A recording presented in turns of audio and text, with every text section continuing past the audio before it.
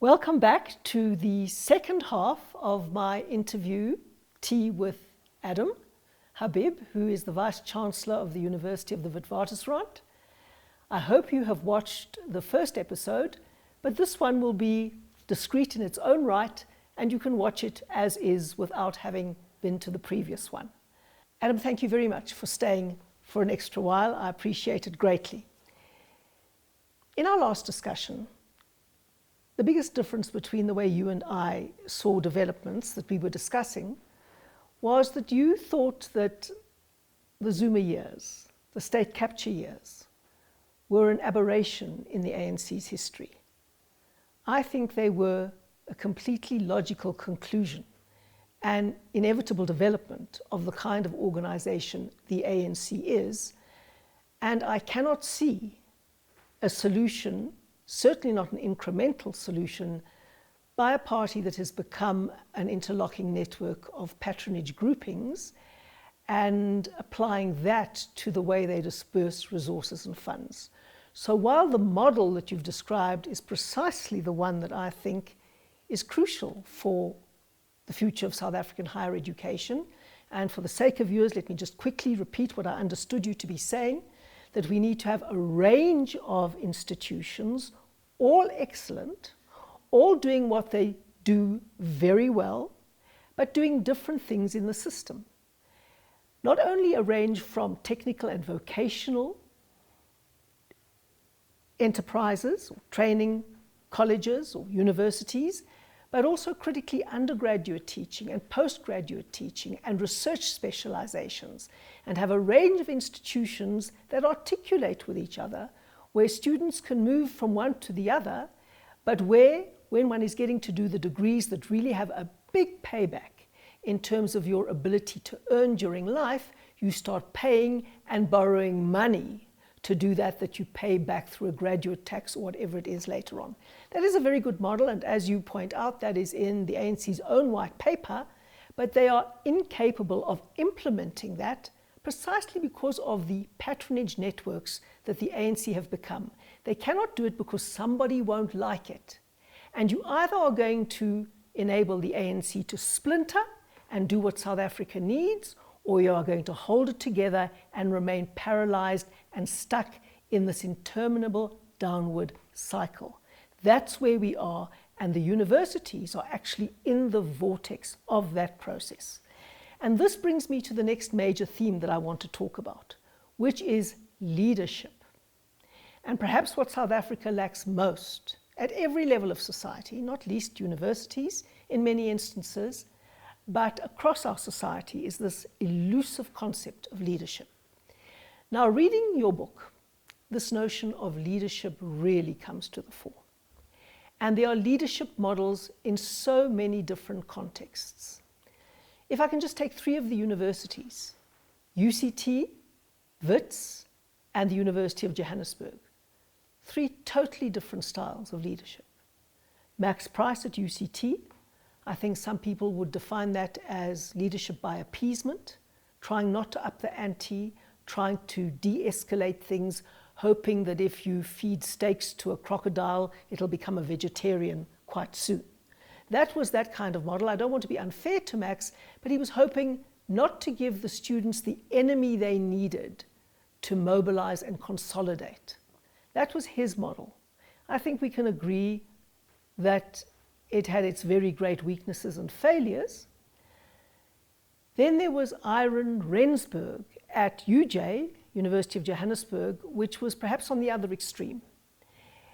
He really used, I suppose, in keeping with his name Iron, he used the iron fist and very quickly brought in security and securitized the response, which I suppose he had the advantage of having learned from what happened at UCT and WITS, because their troubles flared up a whole lot later, and he had the advantage of a runway to prepare. Then there was U, which was a completely different leadership style, reflected in our conversation here, which was, let's try and find an accommodation. Let's try and find a way to agree on these things. And Again and again, you were led from ambush into ambush into ambush until you drew the line and said, so far and no further. Now, ironically, all those institutions managed in one way or another to complete the academic year, even if some had to push it through to 2016 to complete the academic year. So they all had their strengths and their weaknesses. But can you say what you learned about leadership in this process? What were the lessons?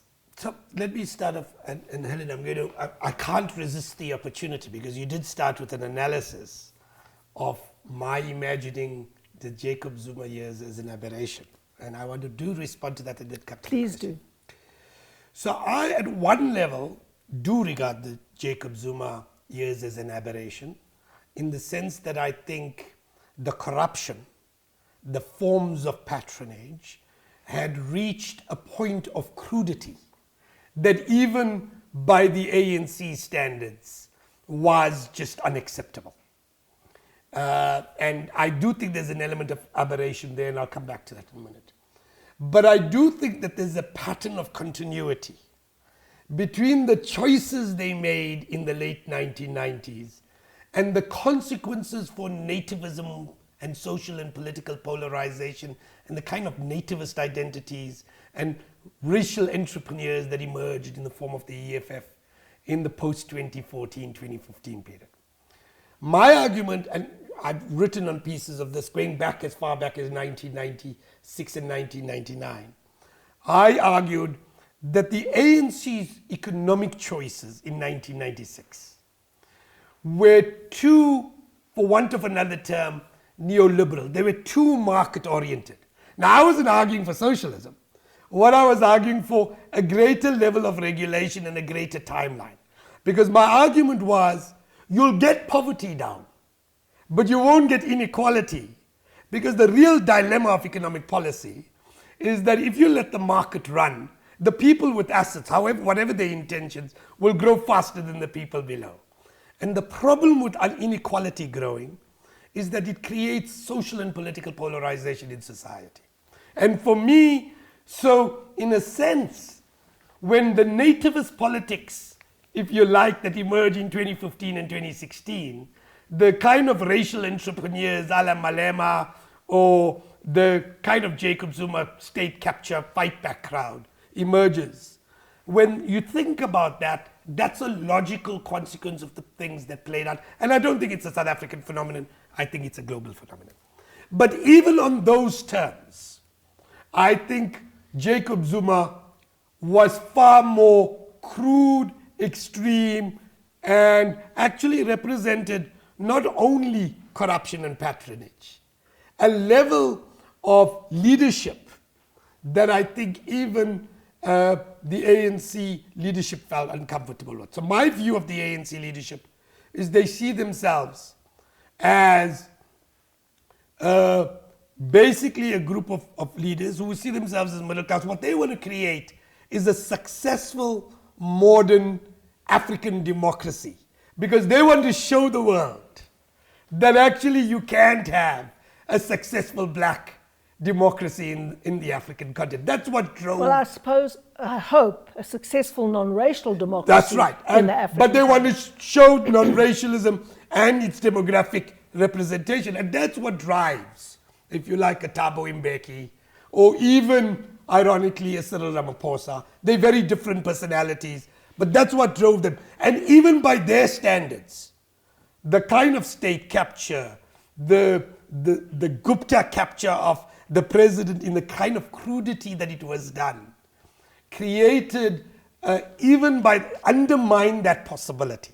And for them, that's why they got rid of him. Now, that's where we are. And for me, we can talk about this later, but my issue is, I believe that if you're ever going to have a seriously inclusive society, it doesn't matter which political leader you have.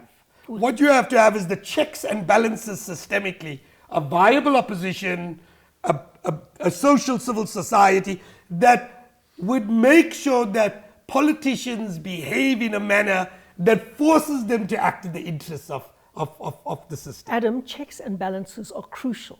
completely to a democracy. They're the essence of democracy, but they are no substitute for leadership. I agree. Without really good leadership, you're going to get nowhere. And the problem with the ANC at the moment is either the organization is so corrupted that there is no way out of it, or it is suffering an acute failure of leadership, or both.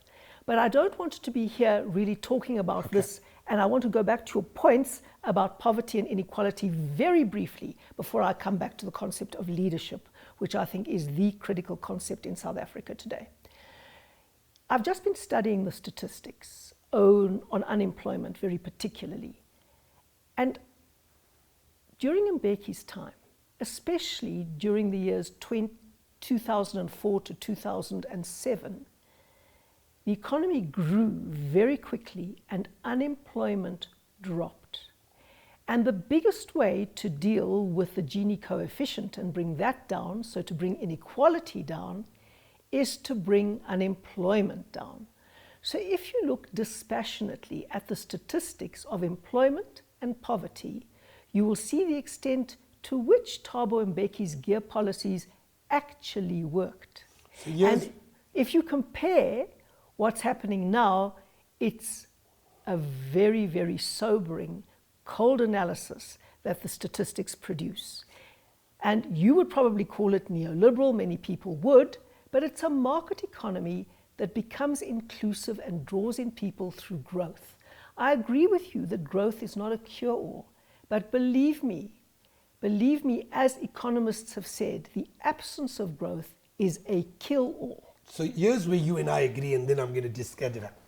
You are absolutely right that you can't create inclusion without growth. No. Because if you actually try to do inclusion without growth, you make everybody poorer. You make everybody equal, but you make everybody poorer. And there's a problem with that. So you and I agree on that. Now, I looked at those same very statistics on multiple occasions and written about them. It is true between 2002 and 2007, our growth rate averaged between 4 and 6%. It is also true that in that period between 2000 and 2007, we increased employment in real terms, although proportional. 23%. Right. So we increased employment.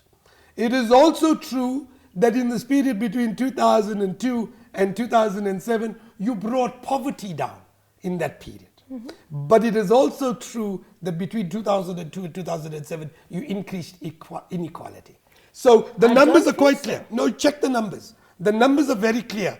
Inequality increased, poverty came down. Black inequality increased, but not inequality overall. Across the board. Check the numbers. I've checked those numbers. So what you're seeing, and the question we have to ask, is what are the lessons from that period? The lessons from that period are the following. Growth has to happen. There's no question about it. You have to be pragmatic and increase employment.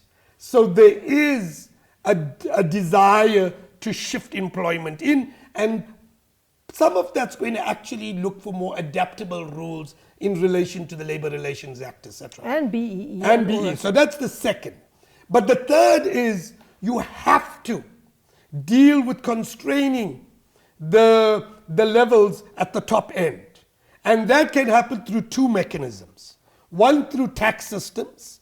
This is the Western European model. Progressive taxation. The progressive taxation.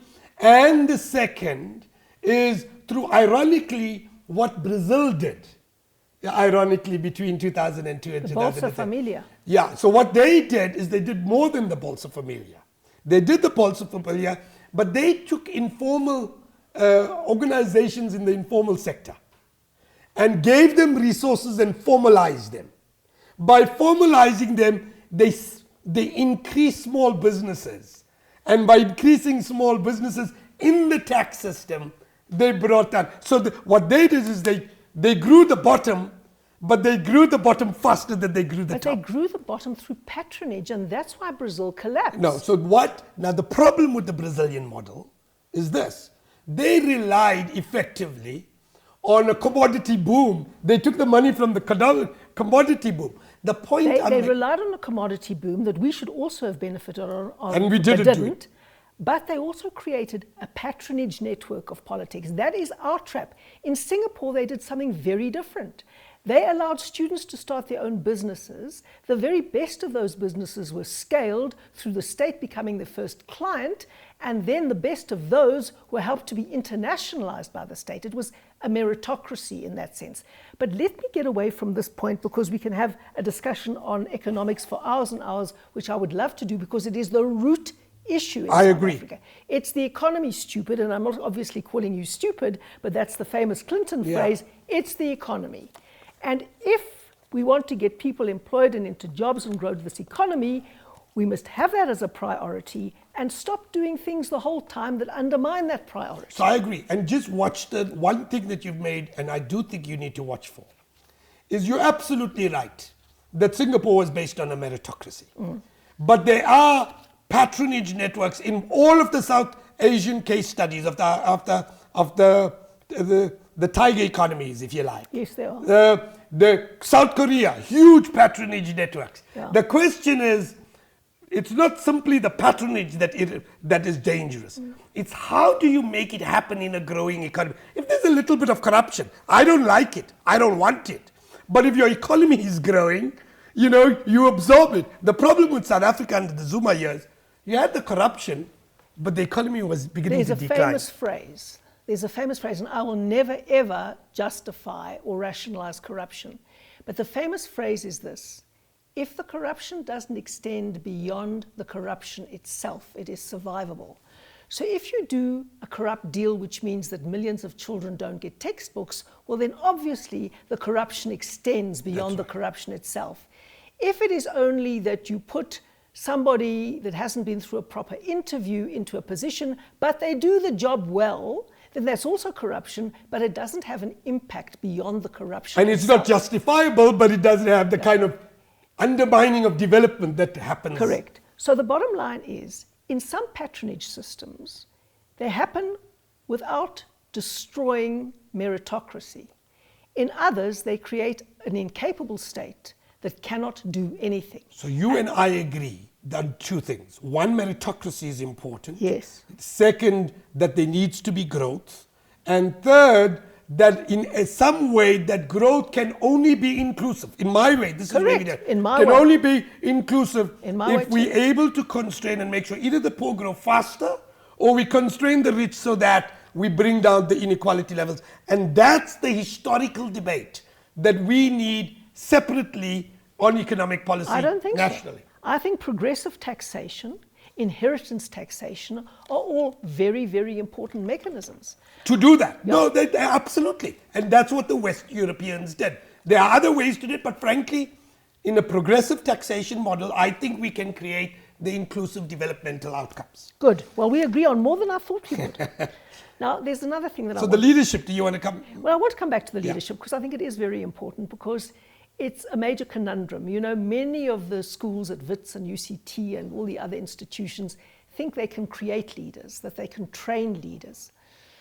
And maybe you can, but I think, to be quite honest, people have to have inherent leadership qualities, of which the most important attribute is courage. Winston Churchill quite rightly said that courage is the most foundational of all human attributes because all the others spring from it. And we see that all the time in our context. And people either have courage or they don't. I don't think that you can implant courage into people. It's kind of instinctive or it isn't there. You can direct it, you can train it, you can prune it.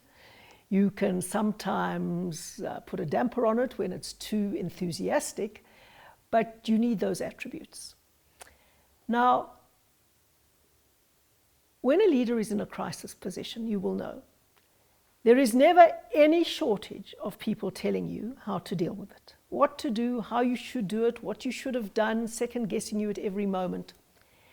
And in your instance, there were lots of really well-meaning people, church leaders, business leaders, all of them who came along, who fell in exactly the same trap as you had gone through again and again, saying, well, if we just concede, if we just appease, if we just give more, we can bring them on board, only to be led down a false path, only to be led into an ambush, and only to find the goalpost move. How did you deal with all the well-meaning outsiders telling you what to do? And how do you as a leader choose who to listen to and who to ignore? So let me start that answer by answering your question of what I think are the essential characteristics of a leader. It seems to me that there are three major criteria for leadership. And I do think different historical moments require different levels of leadership. And there's no one perfect leader. In a different historical moment, a different form of leadership may very well be required. But for me, in this historical moment, in the context that I found, there were three principles that I thought were important. One, be principled. And if you have a goal, keep the goal in mind and act with integrity towards that goal. That's the first big thing.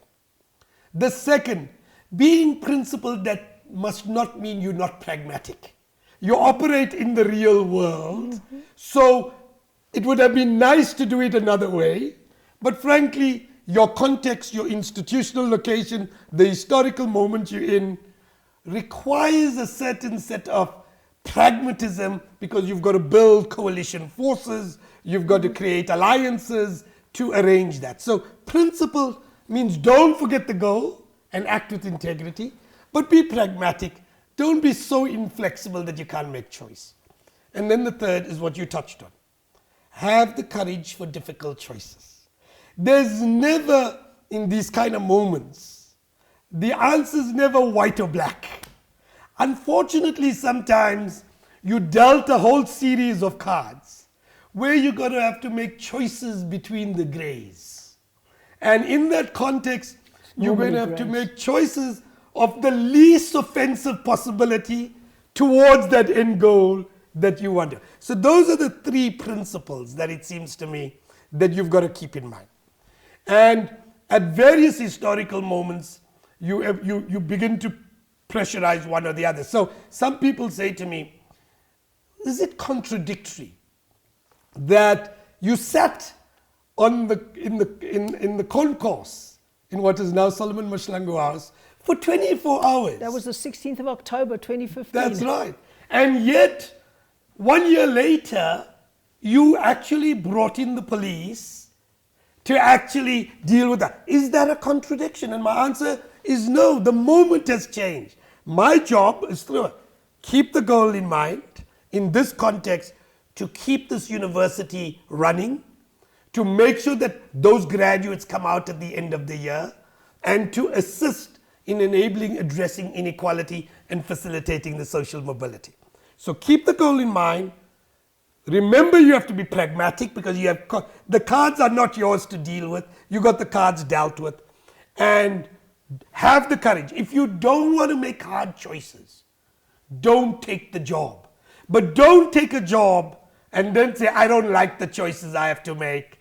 And it seems to me that three principles have to remain there. Now, in that context, there are many people who will give you advice.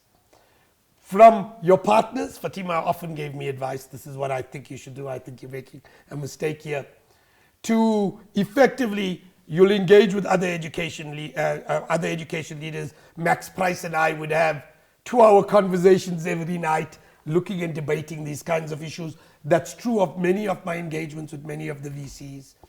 I would engage many staff members, and student leaders would come and see me and say, we think you should do A, B, and C. Some of them meaning well, some of them having their own agendas. I brought in 2016 a whole series of very eminent CEOs, Sipho Maseku, who's the head of Telkom, Mosaneke, Tieko Mosaneke, and a whole series, including Dali Mpofu, who popped up and provided advice, etc. But in all of those things, you make the choices because you've got to watch out those three principles. What is the end goal? Ultimately, you've got to make the call yourself. The only people that I carried every single way was my executive team. Every decision, and my engagement with them was the following. We can fight, we can argue, but once we've made that decision, we sing from the same him shit when we're out there. Because once we make a choice, collectively, we have to act as a team, because otherwise we will be picked off. So for me, the real answer to that, I listen to all. But at the end, I made the call with my executive. So many of those leaders came to me in 2016. We had agreed we'd do negotiations, we're going to have a university assembly. And the deal was that the students would go back. They came to me 3 o'clock in the morning, 4 hours before we were supposed to meet. And they said to me, you know what? The students have pulled out of the deal, or at least the student leadership. I said to them, what do you think I should do? And they said to me, we think you should go ahead. And I said to myself, if I go ahead, I would be inviting people into an event that I cannot predict. When they come in, they have my word that it's a safe place. I would be threatening their safety. I'm not going to do that. So ultimately, you make the call yourself. And I sat in the morning with that executive and we made the call to say no. So whatever you make, you listen to everybody. But never forget that ultimately you and your team make the call, because that's what's required. But what happened there was you made the call, as I recall, and you said you were not going to go ahead with this big mass assembly, but you were going to go ahead with opening the university, come what may. And you were going to do that on the Monday. This was on the Friday and Saturday, right. And you were going to do it on the Monday. And there was a whole outcry in the university, and the students said they were going to close it down, and you said, we are going to continue. And you brought in security, and you brought in the police, and you said, this is how it is going to be, with a major resistance. But then you had what I think was your finest hour. Many people would disagree with me. I think it was your finest hour when you decided to call a poll. And you said, I'm going over the heads of people who claim to speak for the students and claim to speak for the academics, and I'm going to ask people themselves. We won't ask them to come in and put their lives at risk by voting, which is another massive indictment on the levels of intimidation that were going down there. We will do it by technology, by distance. And then the most extraordinary thing happened. The IEC did not even have the courage to come and monitor that election.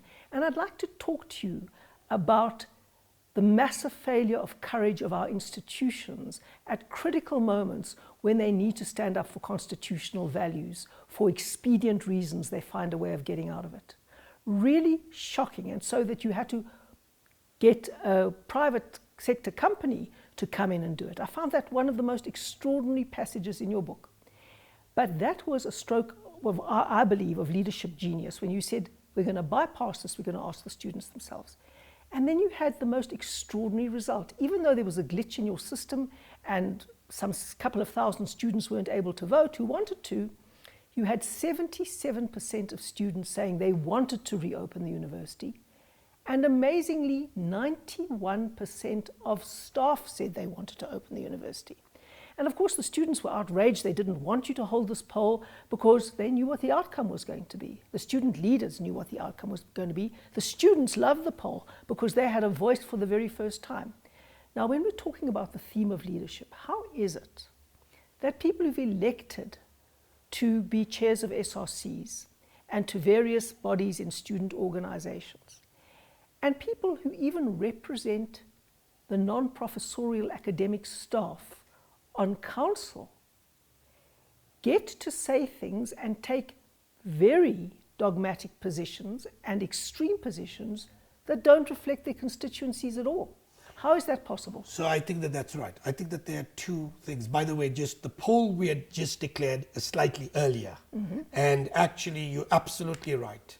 The students took us to court for the poll. I know, and an institute at your university helped them to take it. That's exactly right. And so we had an interesting conversation about the role of all of this. But effectively, the thing that had come, why I went to the poll, by the way, is because I didn't believe the leadership was now carrying the mandate of their own constituencies. Simply because I was getting email after email after email from students and staff, and from students, both black and white students, saying to me, look, I need to finish. The most desperate of students writing to me and saying, my desperation is I agree with the broad agenda about bringing the cost of higher education down, but I got to finish, because if I don't finish, I don't get a job and I can't help my brother and sister come to university again.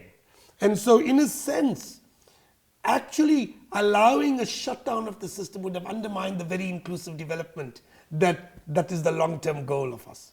And so in a sense, I do think we have a problem where, many of our leaders, there's a twofold problem. If you look at many of our representative structures, the vast majority of people don't vote. They just don't vote. People are so hurtful of politicians, of being led down the garden path, that most people say, actually, I'm not even voting, I'm not even participating. And so in a sense, what we land up with is the most dogmatic of individuals who come to the fore, and in the fore, they think they're representing the constituencies, but all they're representing is their particular faction. We saw that at the level of some of the staff leadership, we saw it at the level of the student leadership, and that became the real problem. And at that moment, Max Price and I had this debate about should we have a poll or not. And Max decided not to have a poll. Max decided not to, because there was a critique that there are certain fundamental issues of principle that can't be subjected to simply the vote. And the one example they will use is that, the death penalty in South African society. Well, this is hardly comparable whether to open the university or not. Right. Well, that's for me the big issue. I don't think this is a matter of constitutional principle. I think whether the university should be complete or not, the academic program, is dependent on what the university community wants. Exactly. It's not a constitutional principle. Absolutely. But effectively, that's the reason why we did it. Secondly, and to be honest, it was a tactical maneuver. I'll be honest with you.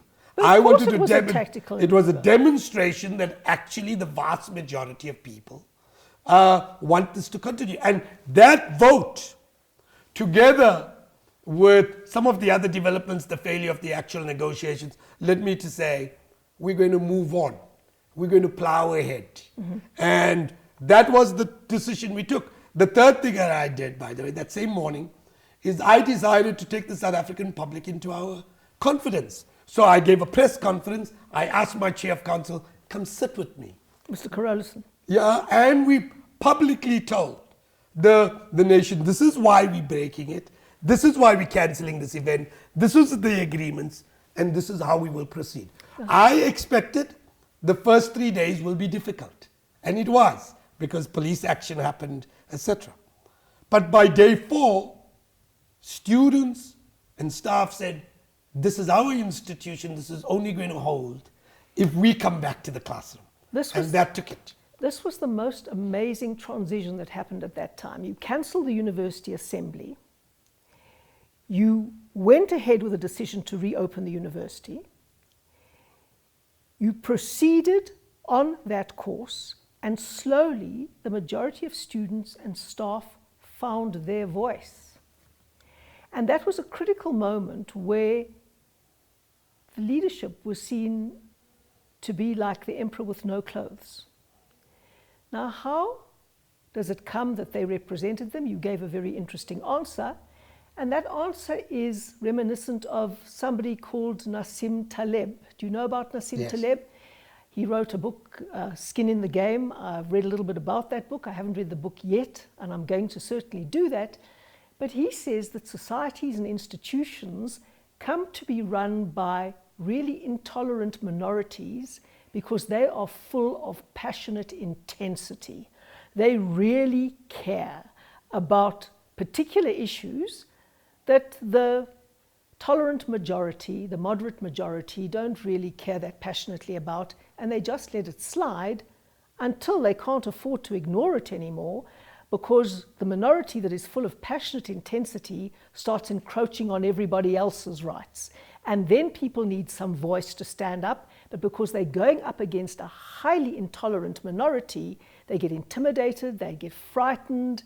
If anybody starts opposing this, they get marginalized, they get labeled, they get vilified. So it takes leadership from the top to create the space. And that's what that poll did, that's what that move did, and that's what enabled the moderate majority in the staff and amongst the students to speak out and to continue the year. And that was an extraordinary example of this kind of leadership in action.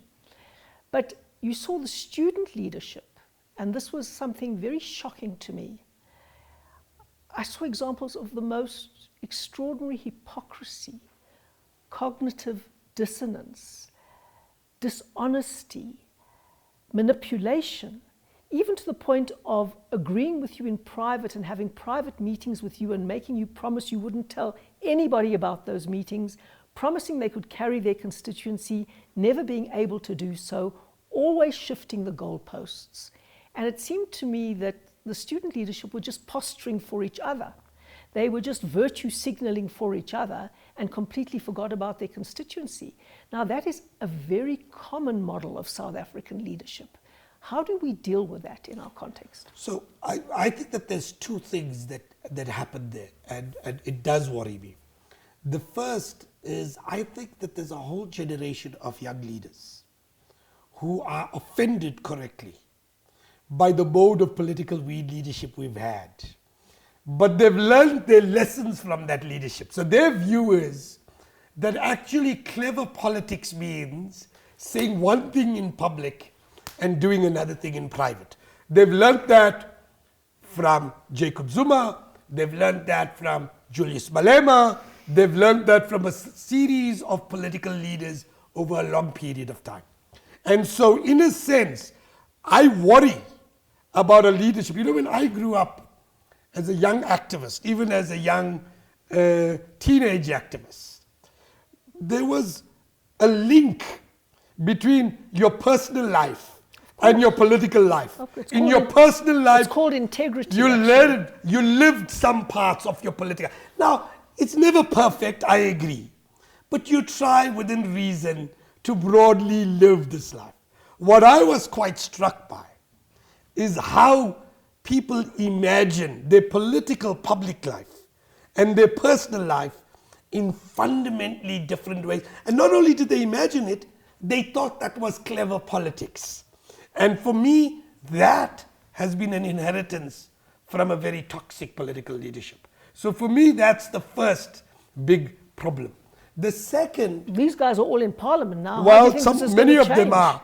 The real second problem that emerged in the social movement around fees must fall is the political factionalization of it. So here's a struggle that emerges spontaneously. Here's activists from various quarters come together. It's a spontaneous struggle. I think the resonance of this struggle took them by surprise as much as it took everybody else. When it's successful, each political party tried to get its clutches onto the movement. And in the process, they factionalized the movement. And the real danger about factionalization is twofold. What you then are driven by as a student leader or as a social movement leader is worried about the other political elite on the other faction. And you both try to be the more radical. You're radically outbidding each other. You're basically trying to radically outbid each other. And in the process, you create the very conditions for violence itself. And you crowd out in actually the measured voices from within the movement itself. So many of the student leaders who actually were part of the movement would write to me and say, actually, when we try to argue in the mass meeting that we should go back to class, we can't permanently shut down, we were silenced as being non-revolutionary, middle-class bourgeois activists. So you silenced what are measured voices and thoughtful voices. Well, that's happened to you, and it's happened to me more times than I can imagine. It happens to anybody who tries to argue against the most radical position. And that is why courage is so important. But for these young students, I can imagine they shied away from it and were terrified of that kind of labeling. How does one deal with it? So what you have to then start trying to think through, in my view, is creating enabling environments for plurality of voices to emerge. So measured voices, thoughtful voices. And yes, it's difficult in the heat of a moment. You're right. The poll was meant to create the legitimacy to create that enabling environment. Because what happens is, I'm very clear, 2016 would never have been sustainable by simply security actions. Security buys you some breathing room. Yeah. And it is when that breathing room is fed, is filled, if you like, by ordinary people saying, here is how we will take charge. The momentum itself begins to create the sustainability dynamic. You can never resolve the challenges of intolerance, if you like, simply by security action. Security action can only be a moment that allows ordinary voices to re-emerge and to say, no, you do not speak in my name. That is what creates a sustainable thing. And for me, that's the voices. I'll tell you one final thing that I worry about. And it really explains to me the challenge of Brexit, the AfD in Germany, Trump in the US, and Bolsonaro in Brazil and Modi in India. When you don't allow ordinary people their voice, when you don't take their interests into account, when you always sacrifice them at the altar of the extreme or the unreasonable, what you'll end up doing is you alienate them. And when they really get hurtful, they turn to strong men in the main. They may be women, but they turn to strong men to resolve their challenge.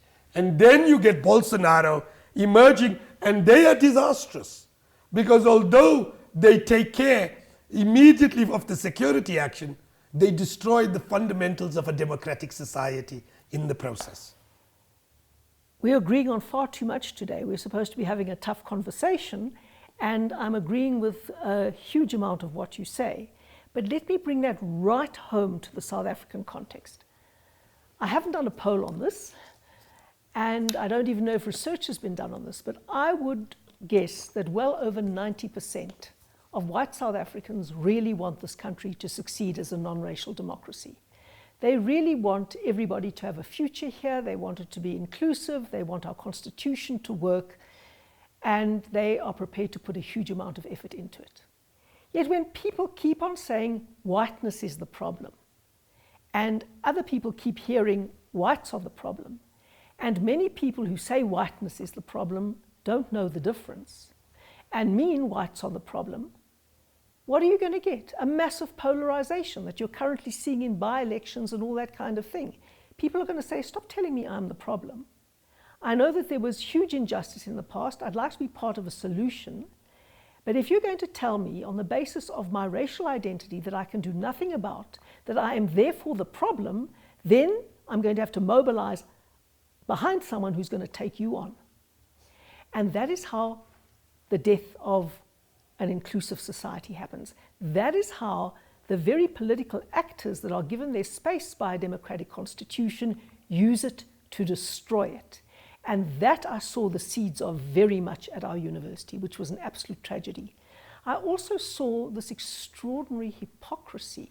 This is good for the masses, but come to me, I will disrupt exams. I will even tear up somebody's exam papers, but I will go to Oxford University and somehow try to rationalize that as taking the struggle against colonialism and against whiteness forward in some way or other.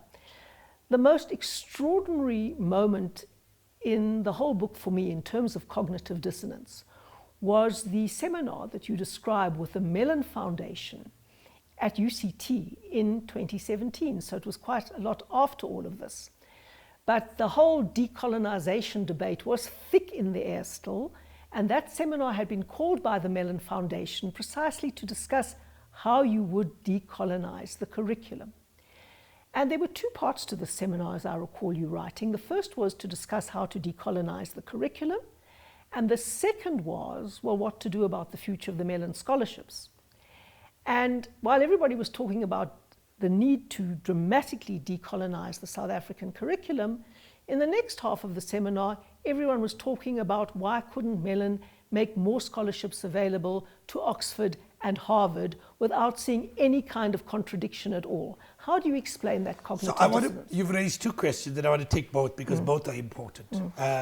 So here's the thing. Let me take the second question first, which is the scholarship, and then I want to come to the whiteness question because I think it's an important one for our society. On the scholarship part, you're absolutely right. So I'm part of this conversation. I'm meant to be in the audience. I promised I would shut up and not say anything because Tawana was my vice principal was speaking and Max was on the platform. And this conversation that happens and everybody is silent. And I then get up and I say, excuse me, come on. Let's be honest here. On the one hand, you're arguing for decolonization and then you're asking for scholarship at what is the very heart of coloniality. They would argue very simply, and when I spoke to the students after this, a number of them came to see me, they would say, well, we take every opportunity we have. Well, maybe they just don't think that the legacy of colonialism was only negative. Well, but let me, I'm not going to debate it on that question. What I'm going to do is I think effectively they would say we'll take every opportunity you have. Now, here's what the big question for me is. I think that every one of our students deserves the opportunity to go somewhere else. Not because they'll get a better education, by the way. But the mere fact of learning to be away, you develop a cosmopolitan identity, you interact with a variety of people. And how do we do that is an issue that I want to do. I want to think through. The problem with the existing international partnerships model is you do your undergraduate year, we lose some of our most talented students to Oxford, and 50% do not come back. That's the tragedy. And so what I want to argue is that we should create our research-intensive universities, should have an opportunity to do our masters and PhDs, and for a moment, for 6 months to a year, we should allow our students to go overseas, meet people. So what we develop is partnerships between institutions of joint degrees, of joint relationship. So Oxford students get the opportunity to come to a WITS or a UCT. Our students get the opportunity to go to Oxford or Beijing or this thing. And we develop a postgraduate program that moves people and is part of your period. Now, there are these kinds of models, but it requires the rethinking of how international partnerships happen. And it seems to me that what our students are not thinking through, if they really believe in rethinking the unequal structures of the global academy, is not to say, can I be part of the process of consolidating it, but saying, how do we create scholarship schemes, partnerships, international models that allow for a movement of students between these very institutions? I completely agree with you, but you know, the hypocrisy and cognitive dissonance extends to some of the most prestigious institutions in the world. I mean, take Oxford. You will remember Ntokozo Kwabe, who was one of the students who got a Rhodes Scholarship from the University of Natal, I think it was, KwaZulu-Natal. And he was responsible for treating a waitress who happened to be white and from a very poor background, single parent background, whose mother was very, very ill, and she was waitressing to pay her studies and to try and get medical assistance for her mother. They were so cruel and so terrible to her in a restaurant on the simple issue of a tip, and told her that when she had returned all their land, they would pay her a tip, that she was reduced to tears. And there was a petition signed by, I think, 46,000 people to Oxford and saying, this is a student that you choose for a Rhodes Scholarship. And the University of Oxford defended him. Now, can you imagine if it had been the other way around in terms of race? If a white student had done that to a black student, they would have been out of Oxford on their ear. So here's the thing. And so I was very angry about that, by the way. Outrageous. But what you actually saw was South Africans of all backgrounds actually were outraged. But the Oxford University wasn't. No, and so I don't know the details of the Oxford part, but they were outraged, and actually, as I recall, there was this situation where South Africans dipped into their own pockets. And actually... They raised 150,000 That's rand exactly for this young right. woman. And in a sense, that for me showed when South Africans are offended by what is the crudity of nativism. Frankly, the problem with him is that he wasn't advancing an inclusive agenda. He didn't want to. He was advancing what is a polarized society, and for me, that is exactly what I think the most of South Africans oppose. Adam, there are lots of people who don't want an inclusive agenda. They want Africans for them, and the people they describe as part of them. They don't want other people in the picture. But Helen, that's true of everybody. So let me give you an example. That's not true of everybody. Well, let me give... well, it's true of people, minorities of all racial groups. No, majorities I'm talking about. Here's the thing. Habib is not a representative of a minority. No, but he's not representative of the... Because he's got a particular pigmentation does not mean he represents the vast majority of African people in our society. I take that point. And for me, I just had a debate this past week with a group of people who are establishing an Afrikaans university, largely Solidarity aligned. And I had a debate, if you like, and they went on about effectively how this is simply to give the Afrikaner a place, or the people with Afrikaans. But the way it's conceptualized... Did they say Afrikaner or Afrikaans? So they said Afrikaans. It's very different. Yes, but here's the big difference. In how I debated with Solidarity leaders some 4 years ago around this. The way the people who were there, the flavor of the event, all lent, if you like, a segregatory impulse to the initiative. And so I condemned it. I said, frankly, if we're going to build a kind of cosmopolitan world, I don't have a problem with thinking through the importance of indigenous languages and teaching in indigenous languages. But this has to be done to the agenda of non-racialism. Of course. People use sometimes the clause in the Constitution about cultural groups having the right to articulate their own cultural and other things, but they do it in a manner that violates the very tradition of the Constitution. It has to be based on non-racialism. But let's take another example, and that is the University of Stellenbosch. It is located in a province where the majority language is Afrikaans. It is located in a province where most people of color speak Afrikaans, and many black Africans who grew up on farms and in the rural areas speak Afrikaans.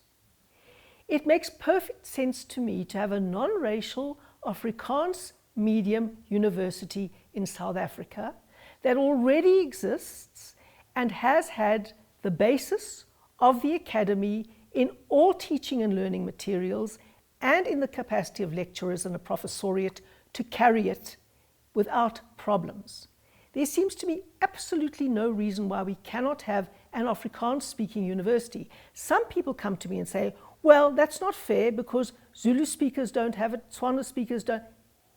The whole core issue about rights is it's not something you can force upon people. It is something that you cannot take away from them. But let me answer to that question, because you've given a beautiful example about Stellenbosch. Yeah. And here's where I think we need to start understanding context. So Stellenbosch is precisely, you're right, is firstly the big question, the big debate that emerges, should Afrikaans be, if you like, the medium of instruction in that place. Yes, you can't debate that irrespective of two issues. One, if it was a medium institution, if it was an institution that had Afrikaans as a medium of instruction, you can't detract from the fact, or distract from the fact that effectively 65% of its students were whites. In a society that for 20 years had committed to the principle of a non-racial tradition. Adam, let me answer that point and then you come to your next point. I agree that Stellenbosch's biggest mistake was to go out and recruit white English-speaking students purposefully. I was the head of communications and development at UCT at the time, so I remember it very well. In all the best English-speaking schools, we'd be doing student recruitment, competing with Stellenbosch, who kept on telling students, there's no problem, we offer you English. Because, and this is a speculation, and they'll probably deny it, but I think they were too scared to move with intention and purpose back in those days, which was the 1980s and early 1990s. They were very scared of moving into the area of non-racialism. So they preferred to include white English-speaking students, then move aggressively and with real purpose to Afrikaans-speaking brown and black people. But that was their mistake. Yes, but here's the point about it. So that's the first thing. I'll come to the second, and then I'll conclude on Stellenbosch. The second is you cannot understand the debate on language and its exclusionary and inclusionary potentials outside the mandate of that institution.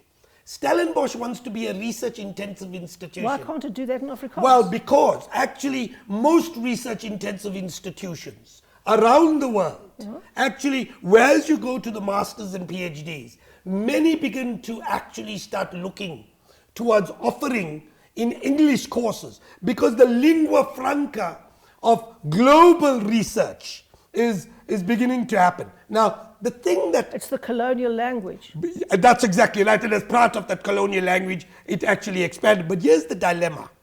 The net effect of this debate is it took place on racialized and other terms. So, for instance, if Stellenbosch had been, let's say 60% black in its multiplicity, and then opened up a debate. Black broadly. And I'm saying black broadly. And then opened up a debate about whether Afrikaans should be a medium of instruction. And if it then opened up a debate around its commitments to inclusion, it would have received, I guarantee you, a very, very different discourse. But when you're a 65% white institution, and then it's as a means to exclude and to retain a history that began. So I would love to have seen a debate. And Wim really is somebody who should have done this debate. But that debate should have happened, firstly, in a different contextual milieu. Second, with a different language structure. And third, within the framework of the debate of what is your mandate as a research-intensive institution. That debate never took place like that. But you see, I actually agree with you on this as well. They should have said, we're an Afrikaans-speaking university. We're a non-racial Afrikaans-speaking university. And as international academies, and you're right here too, move to English at postgraduate level, they could have said, we'll do that too. We're an Afrikaans undergraduate university. We'll be an English postgraduate university. And if University of KwaZulu-Natal wants to become a Zulu undergraduate university, well, we've got a lot of learning materials to develop. We've got a lot of academic staff to develop who are able to give nuclear physics in Zulu or whatever it is that you want to do. It's very, very difficult, but just because it's that difficult, you can't take the right away of Afrikaners who've done that and who've done the hard yards from being able to achieve that. So here's the thing, and my answer to that is because I want to come to the whiteness question, is the problem with that, and I agree with you, by the way, that it's possible to do, it actually takes an enormous amount of resources. It took billions and billions of rands in the context of apartheid South Africa to develop 10 Afrikaans universities. And even with all of that, it took a long time to develop Stellenbosch. So by 2000, Stellenbosch is today, even after all of that resources, wasn't able to achieve what a UCT of its, at least in productivity terms, is able to achieve in global stature, etc. So if you're going to do that with 11 languages that are Zulu, Xhosa, etc., the net effect of it's where you got your cash, what is possible to do in this historical moment, and what are the trade-offs that we are looking at? That is absolutely true, but can we start by just getting the African languages departments at universities functioning? I agree. You know what the Can we just start with that? Yeah, but you know what the problem with that is? What? You know how many students end up taking that? Huh? Very few students end up. I know. And you know why? Because these languages are so unbelievably difficult. Believe me, I know. I'll be fourth language Xhosa speaker, but the the challenge is they are incredibly difficult, and the teaching methodologies for people who aren't mother tongue native speakers is an incredible challenge. It is incredibly difficult. Yeah, let me also give you one other fact. Just on the Afrikaans side, when I was at UJ, which was the old Rand Afrikaans University before it merged, and we did actually a survey of Afrikaans speakers. The vast majority of Afrikaans speakers, of Afrikaans students, wanted to do their courses in English. And part of the reason they wanted to do this is because they saw English, if you like, as a passport to the corporate sector, to the global economy. You're 100% right, but that is why individual choice matters. And if there are enough people in a country to have one Afrikaans-speaking university, why should everybody hate on that institution? But the answer to that is when it's Stellenbosch I'm talking about, and it's very different if it's a private institution. Or Potch. Or Potch. The answer to that is, as you had said earlier on, don't make that decision the decision of the intolerant minority elite. Yes. It must be reflective of the views of the majority of that very constituency they profess to represent. But which constituency? It is all the people with potential university students. No. I'll even go with, I would love to hear what white Afrikaner students would like, not for 80-year-old men from a previous era decide for them what they should have. That I agree with you. But in principle, you cannot say that Afrikaans is by definition racially exclusive. I give you that. I think Afrikaans is an indigenous language. It should be seen as an indigenous language like all other indigenous languages, but we must try and understand it within the framework of the non-racial tradition that has to be considered. And I know that. Let me come to whiteness, because that is something. No. I want to talk to you first about this non-racial tradition, because here we agree 100% on the non-racial tradition. But in your own book, you describe how you resorted to having race-based meetings for coloureds and Africans only. No Indians allowed, no whites allowed. Separate meeting for the two hated minorities, the Indians and the whites. They're too privileged, they can come and have a talk over here. To their credit, many Indians and whites said, to hell with this. And one Indian, I hate to use these labels, rocked up to the meeting for Africans and coloureds only and said, how are you going to test whether I am an African or a coloured or an Indian? And are you going to give me a pencil test, or am I allowed to self-define? Now, how do you, with your commitment to non-racialism, deal with this stuff? So I said to you very simply, and right at the beginning, one of the biggest challenges of leadership is effectively being principled, keeping your end goal in mind, being pragmatic. You operate in a world that exists. So the context for that emerged. I initially decided I am going to speak to all my faculties, full faculty. I go, ironically, to the Faculty of Humanities. Oh my goodness, and I'm sitting in the Faculty of Humanities and having this conversation, and everybody, and I'm talking about the issues around, because I'm hearing all of these complaints around black staff members feeling alienated from the institution. So I have a conversation. I want to have this conversation. What are the issues? What are the challenges? In this conversation, there's a fair representation of African people. Not a single African person spoke. And I was quite struck by this, and I made the point that white spoke, Indian spoke, but not a single African person spoke. So I then had a number of people who came to me after that and said to me, look, we don't feel comfortable speaking. Sometimes some said we feel threatened. Our bosses are there, they might not like what we have to say. And however much I articulated... The bosses were on their side. Well, no, but however much they meant heads of schools, etc. And however much I tried to convince people that this was a fair space and I will guarantee their protection, people would not speak. And in that context, the issue that emerged was I either don't get their voices heard, or I do that. And I took that on the chin. I apologized, but I said I'm going to do it. What that means is the principle of pragmatism. What you judge me on is the document that came out of it, because that is loyal to the principle of non-racialism. That consultation exercises. I have to finish on one thing. which is the whiteness question.